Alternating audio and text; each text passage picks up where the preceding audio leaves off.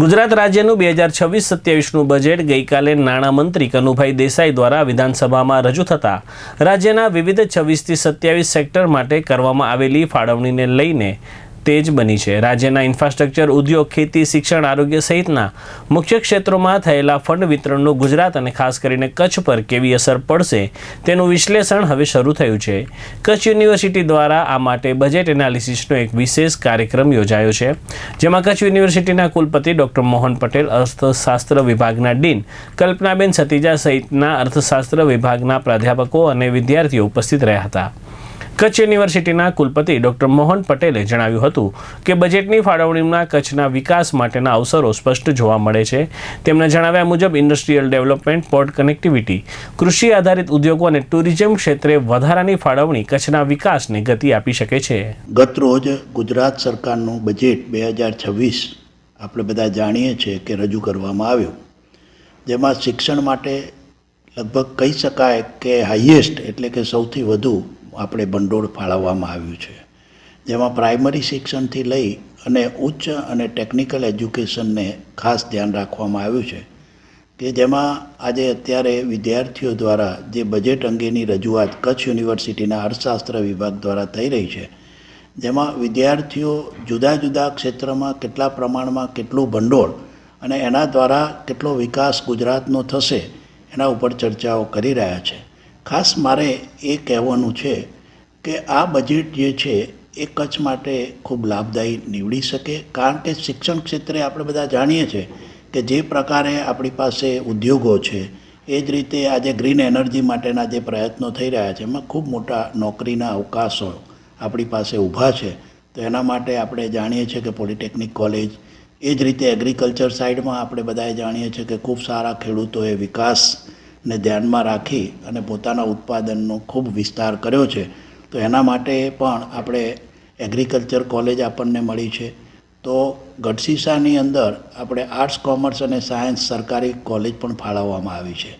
તો કચ્છ યુનિવર્સિટીમાં પણ આપણે બધાએ એમ કહી શકીએ કે આપણા માટે સ્પોર્ટ્સની કોઈ વ્યવસ્થા આપણા યુનિવર્સિટી લેવલે હતી નહીં, તો આજે નેશનલ લેવલનું આપણે એક સ્ટેડિયમ બનાવી શકીએ એટલા 20 કરોડ રૂપિયા જેટલી માતબર રકમ એ આ સ્ટેડિયમ માટે આપણને ફાળવવામાં આવી છે, કે જેના કારણે આપણે દોડવા માટેનું હોય કે ક્રિકેટ માટેનું હોય કે આઉટડોર કોઈ પણ ગેમ હોય તો એ ગેમ માટે આપણે વિદ્યાર્થીઓને એક સરસ એક જગ્યા આપણે આપી શકીશું।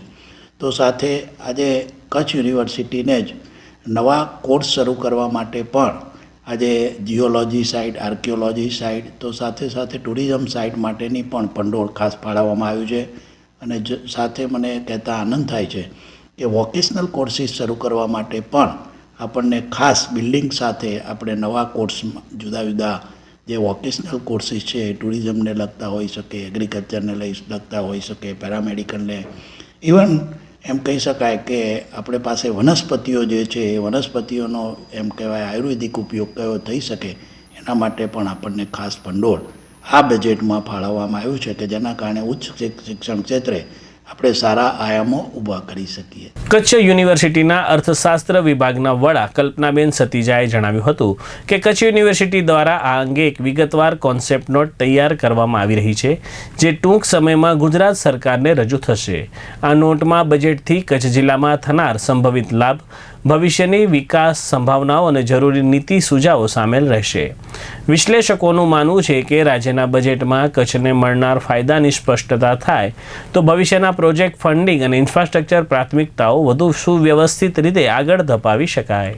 મારું નામ પ્રોફેસર કલ્પના સતીજા છે, અર્થશાસ્ત્ર વિભાગના અધ્યક્ષ તરીકે કચ્છ યુનિવર્સિટીમાં કામ કરી રહ્યું છું। દર વર્ષે અમારા વિદ્યાર્થીઓ દ્વારા જ્યારે પણ યુનિયન બજેટ અથવા તો ગુજરાત બજેટ આવે છે ત્યારે એમનું એક આર્થિક વિશ્લેષણ કરવામાં આવે છે। એવી જ રીતે ગઈકાલે ગુજરાત રાજ્યનું બજેટ 2026-27 માનનીય નાણામંત્રી શ્રી કનુભાઈ દેસાઈ દ્વારા પ્રસ્તુત કરવામાં આવ્યું, અને આ બજેટના જેટલા બી લગભગ 26 થી 27 હેડિંગ્સ છે, અલગ અલગ સેક્ટર્સમાં જે રીતે ફંડની ફાળવણી કરવામાં આવી છે, એ ફાળવણીથી ગુજરાત અને કચ્છને શું ફાયદો થઈ શકે એ માટે અમારા વિદ્યાર્થીઓ દ્વારા આજેનું વિશ્લેષણ કરવામાં આવી રહ્યું છે। આ બજેટ વિશ્લેષણના અધ્યક્ષ તરીકે અમારી યુનિવર્સિટીના માનનીય કુલપતિ શ્રી ડૉક્ટર મોહનભાઈ પટેલ હતા। એમણે પણ બજેટથી કચ્છને શું ફાયદો થશે, અમારી યુનિવર્સિટીને શું ફાયદો થશે એ વિશે એમણે પણ વિસ્તૃત ચર્ચા કરી. અને હાલમાં વિદ્યાર્થીઓ પણ અલગ અલગ 26 પ્રકારના જે હેડિંગ્સ છે એમાં જે બજેટની ફાળવણી કરવામાં આવી છે, ફંડ આપવામાં આવ્યું છે, તો એ ફંડનું વિશ્લેષણ અત્યારે કરી રહ્યા છે. અને ગુજરાત અને કચ્છને આ બજેટથી શું ફાયદો થશે એ વિષયનું વિશ્લેષણ અમારા વિભાગ દ્વારા એક સરસ રીતે કોન્સેપ્ટ નોટ તૈયાર કરી માનનીય કુલપતિ શ્રી દ્વારા અમે ગુજરાત સરકારશ્રીને પ્રસ્તુત કરીશું. મારું નામ ગઢવી વંદના છે અને હું માસ્ટર્સ કરું છું કચ્છ યુનિવર્સિટીમાંથી. આજે કચ્છ યુનિવર્સિટી ખાતે અમારા વિભાગ હેઠળ અર્થશાસ્ત્ર વિભાગ હેઠળ અમને આજે બજેટનું એનાલિસિસ કરવાનું હતું કે ગુજરાત બજેટ જે ગઈકાલે કનુભાઈ દેસાઈ દ્વારા જાહેર કરવામાં આવ્યું છે એમાં કયા કયા વિભાગોમાં કેટલા રૂપિયા અને કેટલી સુધી ફાળવણી કરવામાં આવી છે તે બધાનું એનાલિસિસ કરવામાં આવ્યું હતું. અને આ ઉપરાંત અમને બજેટ દ્વારા વીસી સર દ્વારા ઘણી બધી માહિતીની જાણકારી મળી. ગુજરાતમાં કચ્છમાં કેટલા રૂપિયા ફાળવવામાં આવે છે, કયા ક્ષેત્રમાં, અને કચ્છના લોકોને અને કચ્છના ગામડાઓને કેટલા સુધી અને દરેક લોકોને કેટલો ફાયદો થશે તે બધી જ માહિતી અમને આજના બજેટમાં જણાવવામાં આવી છે. મારું નામ ખલીફા યાસીન જુસફભાઈ છે અને હું ત્યાં કચ્છ યુનિવર્સિટીમાં ડિપાર્ટમેન્ટ ઓફ ઇકોનોમિક્સમાં માસ્ટર કરું છું. ગઈકાલે જે 18 ફેબ્રુઆરી 2026ના કનુભાઈ દેસાઈએ જે બજેટ રજૂ કર્યું તેના અંતર્ગત એક ભાગરૂપે અમારી કચ્છ યુનિવર્સિટીમાં એક એનાલિસિસ કોન્ફરન્સનું આયોજન કરવામાં આવ્યું હતું. તેનામાં અમારા ઇકોનોમિક ડિપાર્ટમેન્ટના જ વિદ્યાર્થીઓએ વિવિધ સેક્ટર માટે જે બજેટની ફાળવણી કરવામાં આવી છે તેનામાં કેટલા રૂપિયાનું ફાળવણી કરવામાં આવી છે તેના વિશે ખૂબ સારી રીતે અમને માહિતી આપી. અને અમે બધાએ ખૂબ સારી રીતે આ કોન્ફરન્સમાં જેમ જુદા જુદા સેક્ટર માટે જેટલા પૈસાની ફાળવણી કરવામાં આવી છે તેની અને તેનાથી આપણા ગુજરાતમાં કચ્છમાં કેટલો તેનો વિકાસ થશે અને કચ્છને તેને શું લાભ થશે અને આવનારી પેઢી અને આવનારા સમયમાં આ બજેટની શું ઇફેક્ટ થશે તેના રિલેટેડ અમારા ઇકોનોમિક ડિપાર્ટમેન્ટના વિદ્યાર્થીઓએ ખૂબ સારી રીતે રજૂઆત કરી છે.